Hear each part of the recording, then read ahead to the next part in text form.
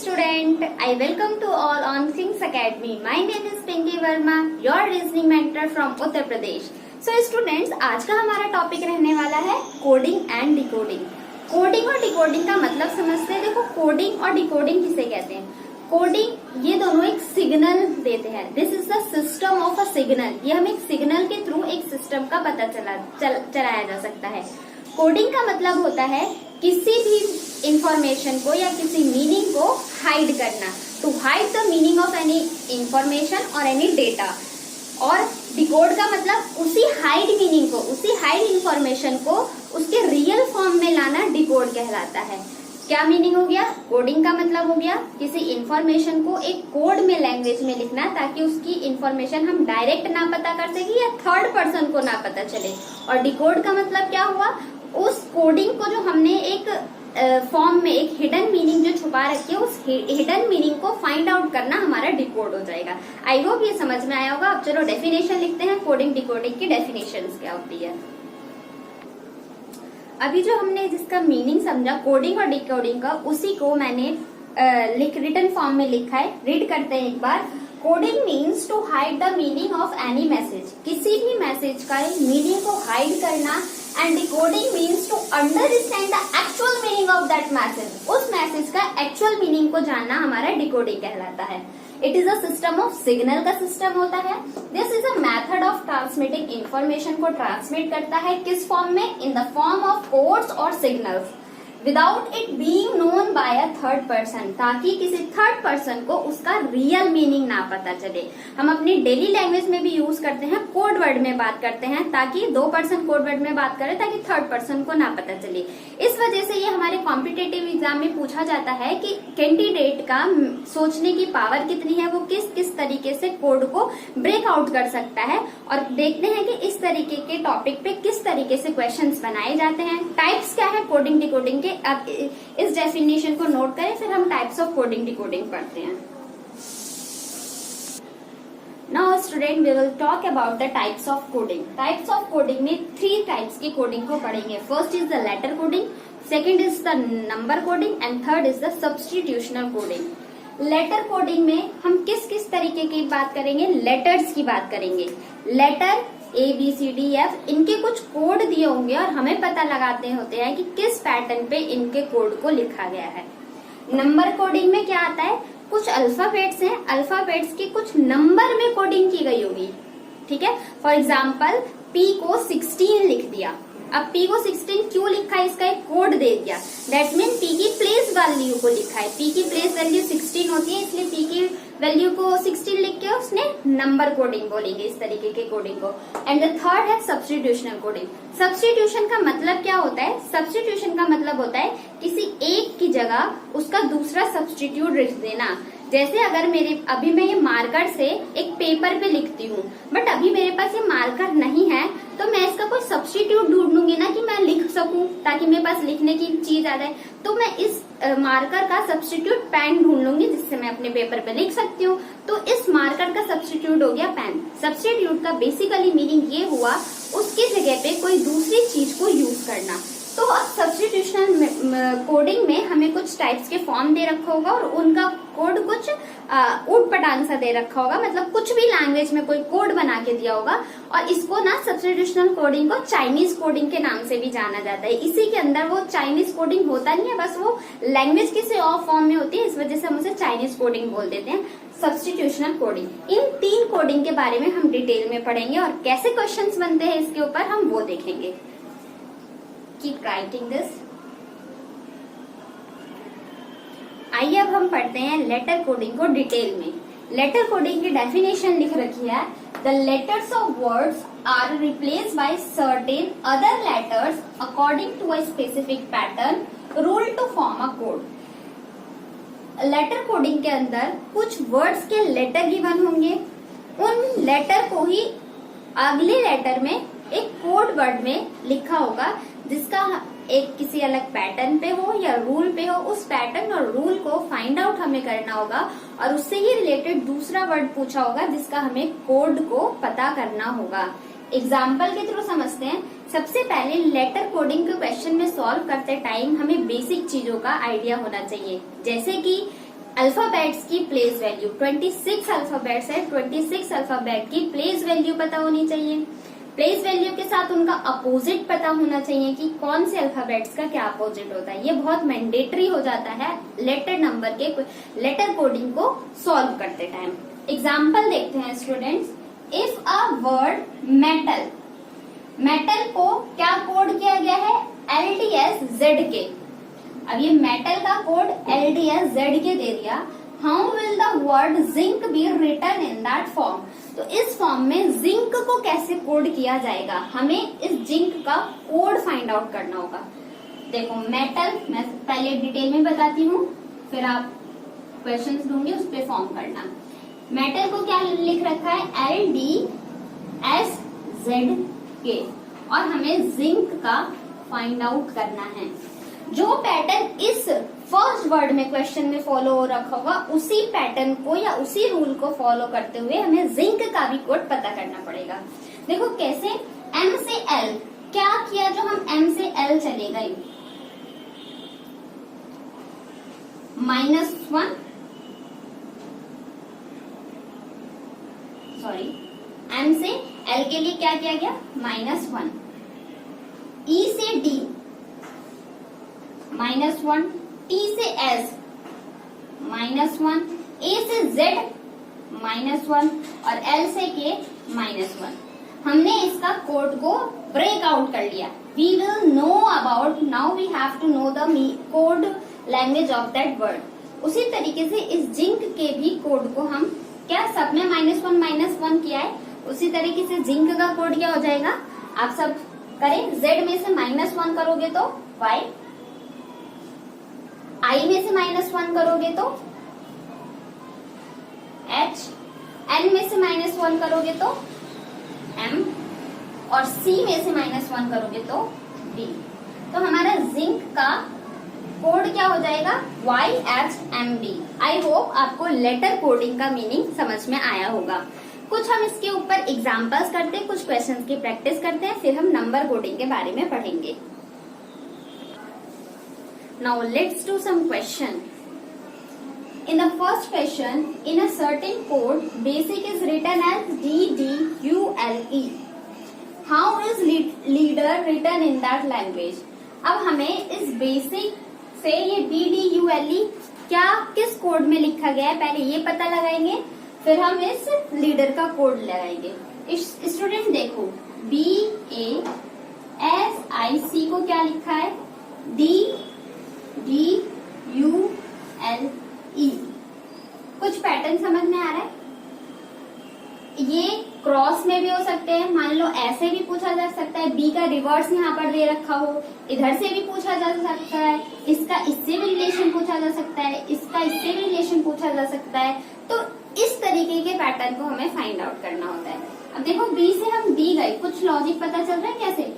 इन सब के क्वेश्चंस को ना बहुत प्रैक्टिस करना पड़ता है। जब हम यूज टू हो जाते हैं ना, तो इनके पैटर्न और इनके रूल हमारे माइंड में अपने आप क्लिक करते हैं। देखो बी से डी आए हैं, तो BCD +2 किया। A से D गए हैं, +3 किया। S से U गए हैं, +2 किया। I से L गए हैं, +3 किया। C से E गए हैं, +2 किया। क्या पता चला, +2 +3 +2 +3 +2, 2 3 2 3 2 का पैटर्न यहाँ पर पता चल रहा है।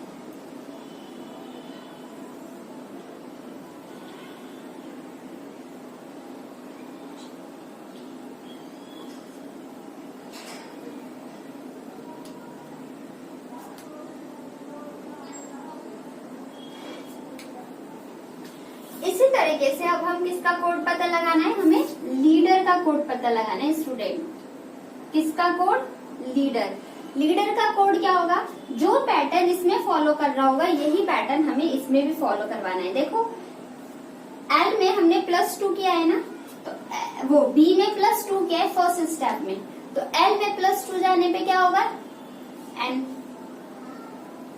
E से +3 करना है H, फिर +2 C, +3, G, E से +2, E, F, G, और R से R में क्या करना है +2। यहाँ पर क्या गया +2, +3, +2, +3, +2 और यहाँ पर +3। तो R में +3 करेंगे तो क्या हो जाएगा U। आई होप इनका कोड हमें पता चला होगा कि किस तरीके के क्वेश्चन पूछे जाते हैं और कैसे हमें इनका कोड फाइंड आउट करना आता है। So let's move the second question. अब इसमें पैटर्न कुछ और लग रहा होगा, देखते हैं कैसे लगा है। In a certain code zebra is written as this code. Zebra is written as W B Y A Z। उसी तरीके से हमें इस हॉर्स का कोड पता करना है, हम यहीं पे फाइंड आउट कर लेंगे हॉर्स।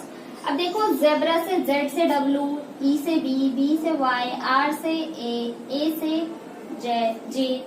कुछ ट्रिक दिमाग में काम कर रही है। देखो B से Y हम कैसे गए हैं, ये B से Y अपोजिट हो गया ना, तो इसी तरीके से हम R का अभी देखते हैं कि आगे का हम ब्रेक कर पा रहे हैं यानी। देखो B से Y एक दूसरे के अपोजिट हो गए। Z से B भी तो जा सकते हैं, कैसे? Z का अपोजिट A और A में +1। तो रूल क्या लग रहा है यहाँ पर, मैं यहाँ पर लिख देती हूँ। इसका रूल लग रहा है यहाँ पर अपोजिट में +1 कर दिया गया है। कैसे? Z से B गए हैं तो Z का अपोजिट A होता है, इसलिए मैंने कहा है आप लोगों को प्लेस वैल्यू और उन अल्फाबेट्स का अपोजिट लेटर आपको आना चाहिए। Z से B। अब E से W कैसे गए हैं? E का अपोजिट क्या होता है? V होता है, और V में +1 करोगे W मिल जाएगा क्रॉस वर्ड में। D से R से J गए हैं, R का अपोजिट फाइंड करने की मैंने एक ट्रिक भी बताई थी आप लोगों को कि 27 में से उस अल्फाबेट्स का नंबर को माइनस कर दो।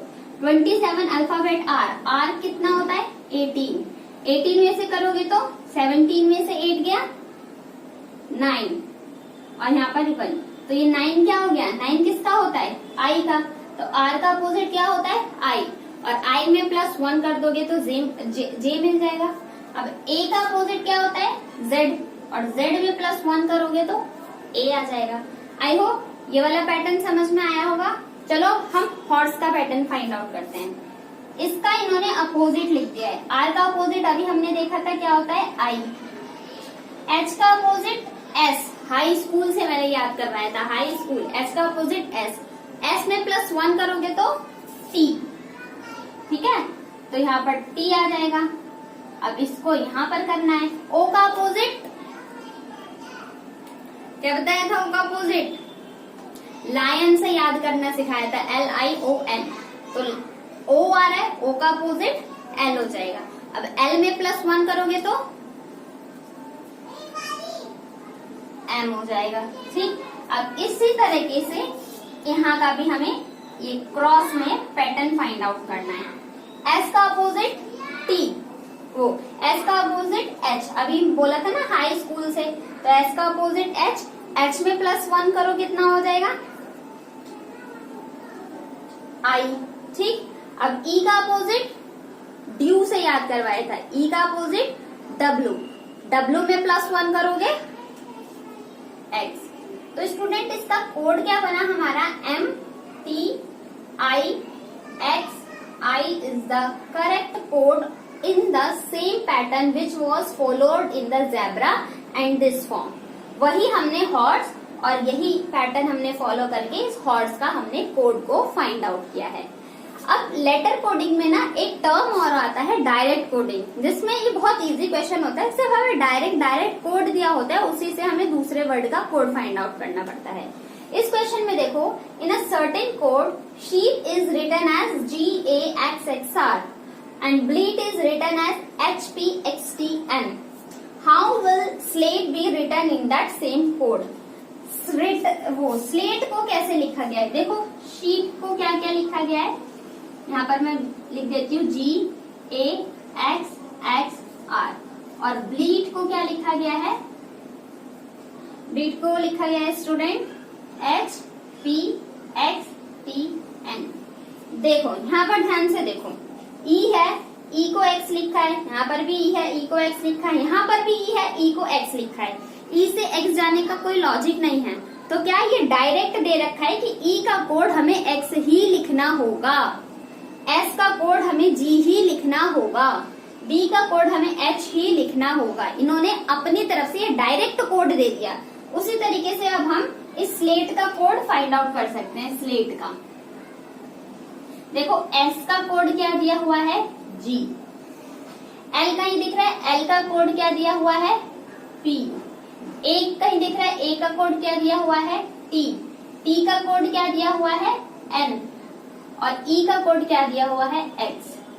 तो इस स्लेट का कोड क्या हो जाएगा GPTNX।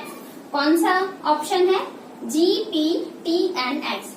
Option number A is the correct answer of this question. ये थे कुछ क्वेश्चन हमारे लेटर कोडिंग पे के बेस्ड पे। अब हम पढ़ेंगे नंबर कोडिंग क्या होती है। You all note down this things. So now students, अब हम पढ़ते हैं नंबर कोडिंग के बारे में। अभी हमने लेटर कोडिंग का डिस्कस किया कि कैसे कैसे तरीके के क्वेश्चन बनते हैं और हम उन्हें सॉल्व करने की क्या अप्रोच होती है। अब हम पढ़ते हैं number coding. Number coding either numerical code value are given to word, किसी वर्ड का कोई न्यूमेरिकल कोड दिया होगा, और alphabetical code letter are given to the number, या कोई अल्फाबेट्स होंगे उनका कुछ नंबर दिया होगा। इस तरीके के टाइप्स को हम बोलते हैं number coding. I hope you will get everything that I have told. Example से अप्रोच से समझते हैं किस तरीके से गिवन होगा। देखो, in a certain code road is coded as 34। Road का कोड उन्होंने कुछ 34 दिया है। अब हमें पता लगाना पड़ेगा इस रोड के कोड को उन्होंने 34 किस अप्रोच से लिखा है। उसी तरीके से फिर हम इस स्टार का कोड फाइंड आउट करेंगे। चलो देखते हैं कैसे किया होगा। ROAD,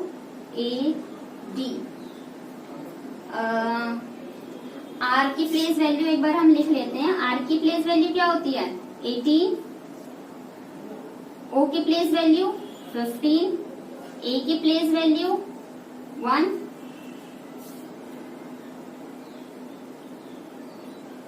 और D की प्लेस वैल्यू 4 होती है। एक बार हम इन्हें ऐड करके देखते हैं स्टूडेंट। 15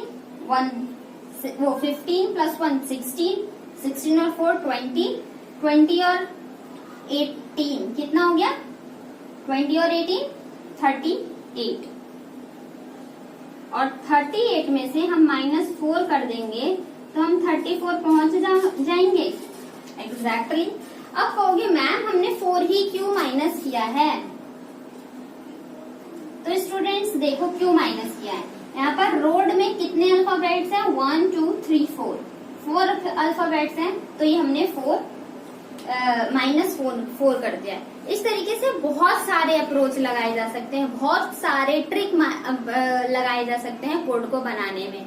और ये सारे ट्रिक्स हमें कैसे पता चलते हैं, जब हम क्वेश्चंस पे क्वेश्चंस की प्रैक्टिस करते चलते हैं तो ये सारे लॉजिक अपने आप हमारे माइंड में बैठ जाते हैं। अब इसी तरीके से अब हम इस स्टार का कोड फाइंड आउट करेंगे। STARS, स्टार्स का कोड फाइंड आउट करना है स्टूडेंट्स। देखो S का कोड क्या हो जाएगा, क्या होता है S की प्लेस वैल्यू 90, T की प्लेस वैल्यू 20, A की प्लेस वैल्यू 1, R की प्लेस वैल्यू 18 और S की प्लेस वैल्यू 19। तो 9 और 0 9, 9 और 1 10, 10 और 8 18, 18 और 9 27। तो 7 ये हुआ और कैरी हो गया 2, तो 2 3 4 5 6 7 नहीं 6 7, तो कितना हो जाएगा 77। इनको प्लस करके 77 आया। अब देखो इसमें हमने 4 माइनस किया था। रीजन क्या था 4 माइनस करने का, क्योंकि इसमें 4 अल्फाबेट्स गिवन थे, इस वजह से हमने 4 माइनस किया। इसमें कितने अल्फाबेट्स गिवन हैं 1 2 3 4 5 अल्फाबेट्स गिवन है। तो इस 77 से हम 5 माइनस करेंगे, that we will get the 72 code. तो इस स्टार का कोड क्या हो जाएगा स्टूडेंट? 72 हो जाएगा। ये हमने एक अप्रोच ली थी कि इस तरीके से क्वेश्चंस को सॉल्व किया जाता है। अब इन्हीं बेसिस पर, इन्हीं चीजों को देखते हुए हम कुछ क्वेश्चंस की प्रैक्टिस करते हैं जो कि बेस्ड होंगे नंबर कोडिंग के ऊपर। नंबर कोडिंग को अब हम देखते हैं, कुछ क्वेश्चंस दिए हुए हैं, इन क्वेश्चंस को सॉल्व करने की क्या अप्रोच होती है, आइए चले देखते हैं। देखो students, in a certain code the number of 1 2 3 4 5 is coded as 36936। What will be the code for the number? इस नंबर का कोड क्या होगा और हमें 4 ऑप्शन दिए हैं, उससे हमें मार्क करना है। पहले हम इस 1 2 3 4 5 के कोड को पता लगाएंगे कि इन्होंने इसको 3 6 9 3 6 कैसे बना दिया।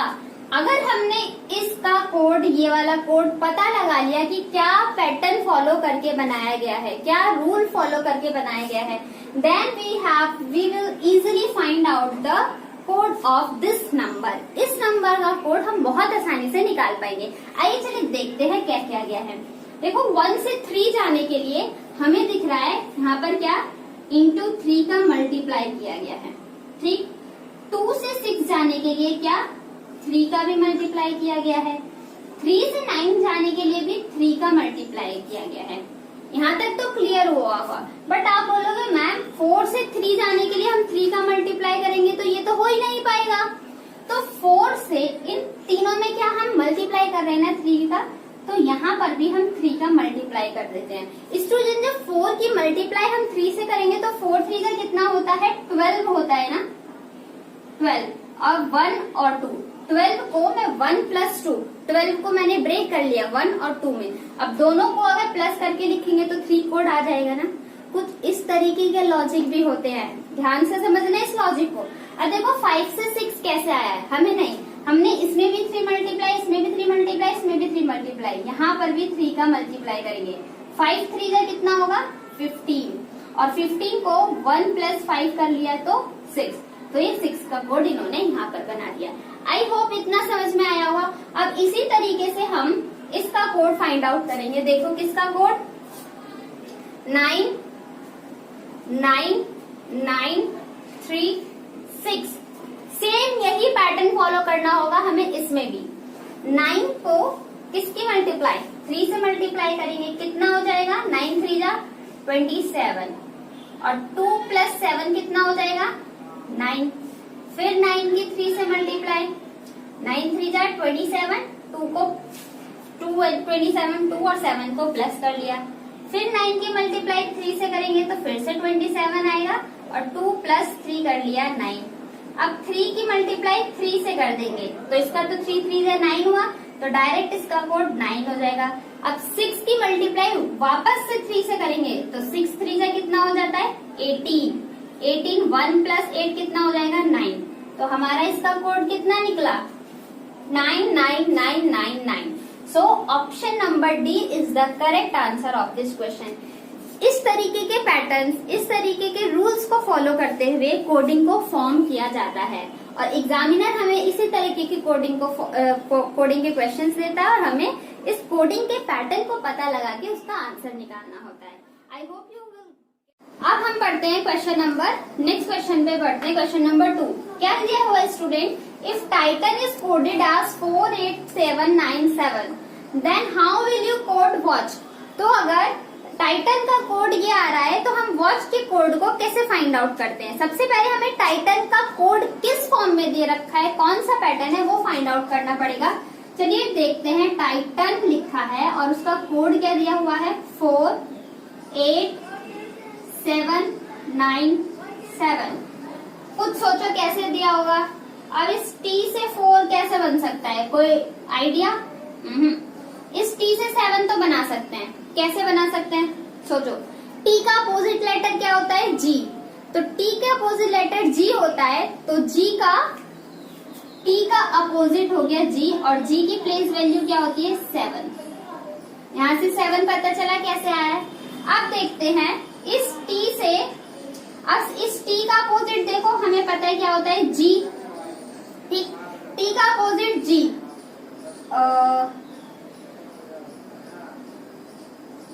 टी का अपोजिट जी। अब जी की प्लेस वैल्यू फिर क्या होती है, 7। तो इस 7 को देखो यहां पर लेके गए हैं, क्रॉस में लेके गए हैं। ठीक, अब इस आई का अपोजिट, आई का अपोजिट क्या होता है, आई का किससे याद करवाया था, इरिस से, इरिस, IRIS। तो आई का अपोजिट हो जाएगा आर, और आर की प्लेस वैल्यू क्या होती है, 18 होती है। 8 और 1 हमें जब तक इसको प्लस करना है, जब तक हमें सिंगल डिजिट ना बन जाए। तो 8 + 1 9 हो गया। तो इस आई का कोड इन्होंने यहाँ पर दे दिया। समझ में आया। अब इसी तरीके से ए का कोड क्या, ए का अपोजिट कितना होता है, जेड, और जेड की प्लेस वैल्यू क्या होती है, 26। 6 और 2 8 हो गया। तो इसका अपोजिट यहाँ पर दे दिया गया। अब देखो 9, वो एन, एन का अपोजिट क्या होता है, एम, और एम की प्लेस वैल्यू क्या होती है, 13। 3 और 1 4। तो इस 9 का इन्होंने कोड यहाँ पर दे दिया। आई होप समझ में आया होगा। क्या हम इसका कोड क्या लिख सकते हैं, opposite then number till we get single digit. जब तक हमें सिंगल डिजिट नहीं मिल जाती है, जब तक हम उसके अपोजिट के प्लेस वैल्यू को ऐड करके, और साइन देखना, इसका अपोजिट इधर और क्रिस क्रॉस में चल रहा है। ठीक है, अब देखो उसी तरीके से हम इस वॉच का कोड फाइंड आउट करते हैं। किसका कोड फाइंड आउट करना है, मैं यहाँ पर करती हूँ, WATCH। ठीक, सबसे पहले 5 टर्म्स है, बीच के टर्म्स को फाइंड आउट करते हैं। अब देखो टी का अपोजिट क्या होता है, जी, और जी की प्लेस वैल्यू क्या है, 7। तो जी से 7 गए, तो इसका कोड हमने यहाँ पर लिख दिया 7। डब्ल्यू का अपोजिट क्या होता है, किससे डब्ल्यू का अपोजिट मैंने याद करना सिखाया था, ड्यू से, DEW। तो डब्ल्यू का अपोजिट डी हो गया, और डी की प्लेस वैल्यू कितनी होती है, 4। तो ये हमारा कहाँ पर आ जाएगा, यहाँ पर। उसमें भी देखो हम इसी तरफ लेके गए थे, तो इसका अपोजिट 4 हो जाएगा। ए का अपोजिट जेड, और जेड की प्लेस वैल्यू 26। 26 का 2 + 6 कितना हो जाएगा, 8। तो इस 8 को यहाँ पर ले आए। ठीक, आई होप यहाँ तक क्लियर होगा। अब सी का अपोजिट एक्स, और एक्स की प्लेस वैल्यू कितनी होती है, 23, नहीं सॉरी, एक्स की प्लेस वैल्यू होती है 24। 24 और 4 और 2 6 होता है, तो इस 6 को हम यहाँ पर लिख सकते हैं। अब एच का अपोजिट हाई स्कूल से, एच का अपोजिट एस, और एस की प्लेस वैल्यू कितनी होती है, 19। 9 + 1 10 हो गया ना। अब 10 + 1 हमें जब तक ऐड करना है, जब तक हमें सिंगल डिजिट नहीं मिल जाए।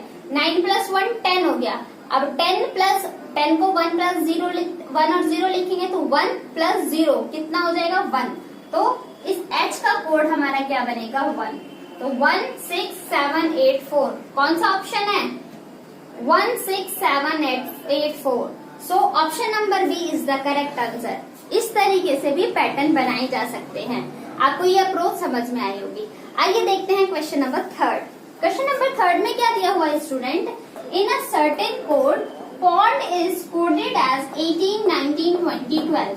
पॉन्ड को इस नंबर में कोड किया गया है। How will stars be coded, star को कैसे कोड करेंगे। देखो POND, पॉन्ड का कोड क्या गिवन है हमें, 18, 19, 20 और 12। कैसे आया है सोचो। P का प्लेस वैल्यू क्या होती है, 16, और 16 में हम +2 कर दिया। मैं थोड़ा बड़ा लिख देती हूँ क्योंकि बहुत घिचपिचा हो जाएगा तो समझ में नहीं आएगा, थोड़ा दूर दूर लिखते हैं। देखो POND, P का कितना होता है, लेटर प्लेस वैल्यू 16, O की प्लेस वैल्यू 15, N की प्लेस वैल्यू 14 और D की प्लेस वैल्यू 4।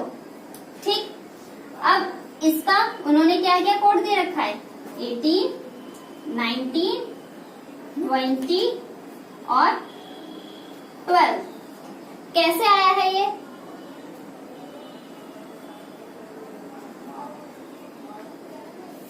आई थिंक आप लोगों को विजिबल नहीं होगा, यहाँ पर लिखती हूँ 18, 19, 20 और 12। ठीक, अब 16 से अब 18 क्या किया है +2, 15 से 19 क्या किया गया है +4, 14 से 20 क्या किया गया है +6 और 4 से 12 क्या किया गया है +8। आई होप ये लॉजिक क्लियर होगा। देखो प्लेस वैल्यू हमने पता करी, उसमें जो कोड दे रखा था कैसे आया हमने ये फाइंड आउट किया, तो हमें क्या पता चला, पहले में 2, फिर 4, फिर 6, फिर 8, ये टर्म को प्लस किया है। दैट्स मीन्स 2 का मल्टीपल प्लस किया गया है, तो हमें ये कोड मिला है। उसी तरीके से अब हम स्टार की कोडिंग फाइंड आउट करते हैं। स्टूडेंट्स देखिए स्टार STARS स्टार। अब S की प्लेस वैल्यू 19, T की प्लेस वैल्यू 20, A की प्लेस वैल्यू 1, R की प्लेस वैल्यू 18 और S की प्लेस वैल्यू 19।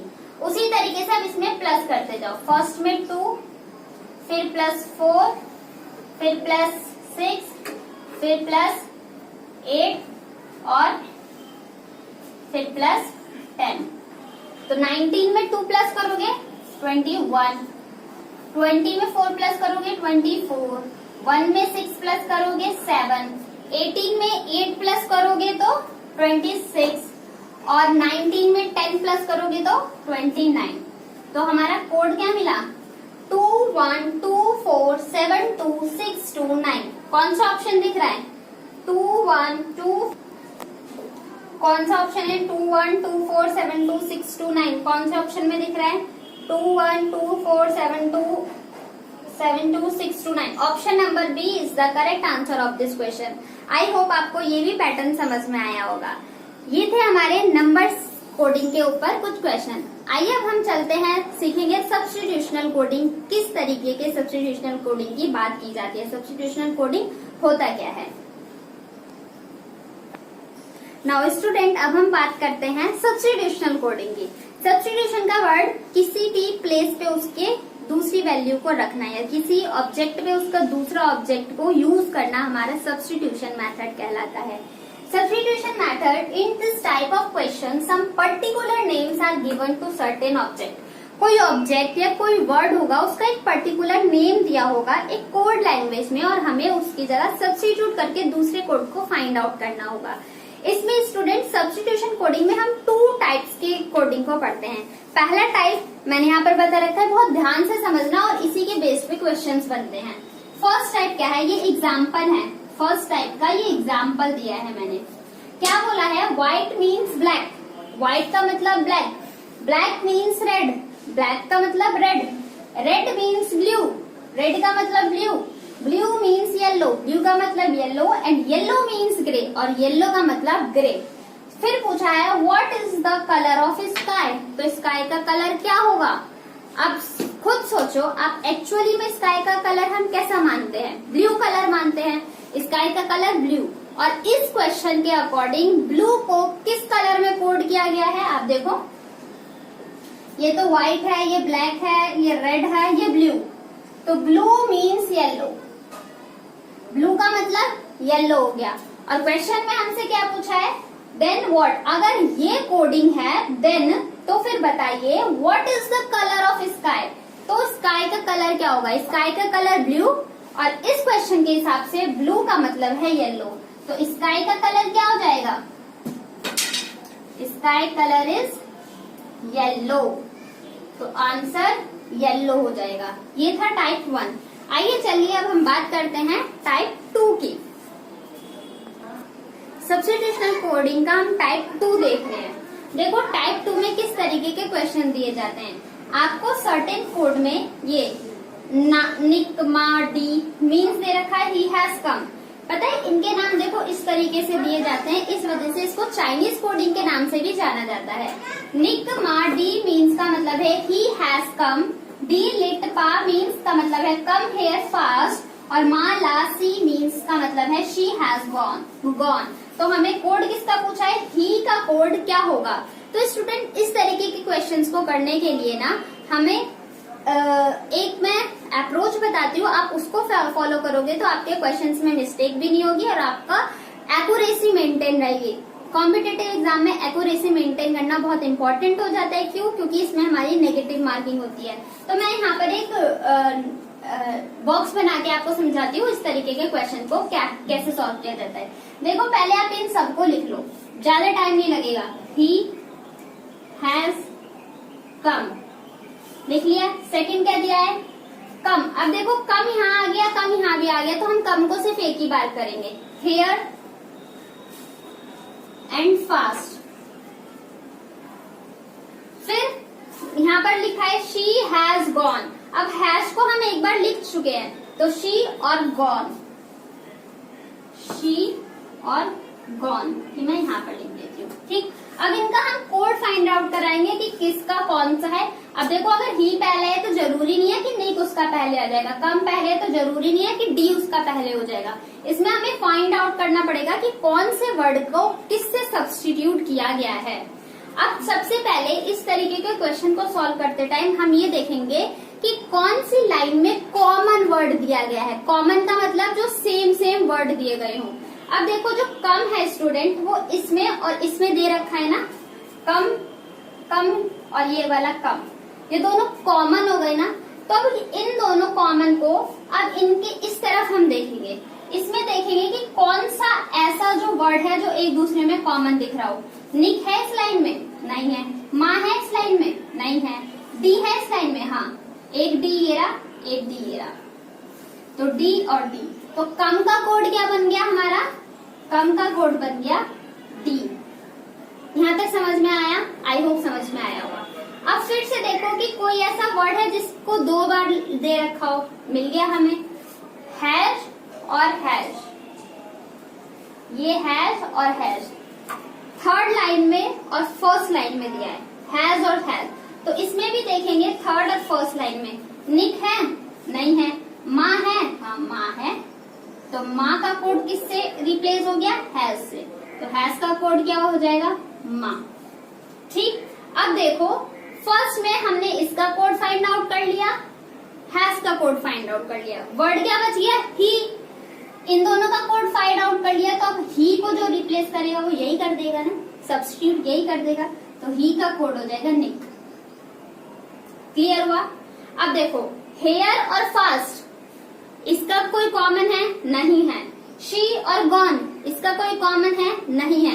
तो इन सब क्वेश्चन में हम कैसे फाइंड आउट करेंगे? हेयर और फास्ट इसी लाइन में है ना, तो हेयर और फास्ट का हमारा दोनों कोड हो सकता है, लिट भी हो सकता है और पा भी हो सकता है। अगर क्वेश्चन में अभी बताती हूँ कैसे। और देखो इसमें भी शी और गॉन, तो हेयर और फास्ट का लिट भी हो सकता है और पा भी हो सकता है, कोई कंपल्शन नहीं है। उसी तरीके शी और गॉन का तो क्या क्या टर्म्स बचे हैं? ला और सा। तो शी का कोड ला भी हो सकता है और ऐसी भी हो सकता है, ऐसे गॉन का कोड ला भी हो सकता है और ऐसी भी पूछा।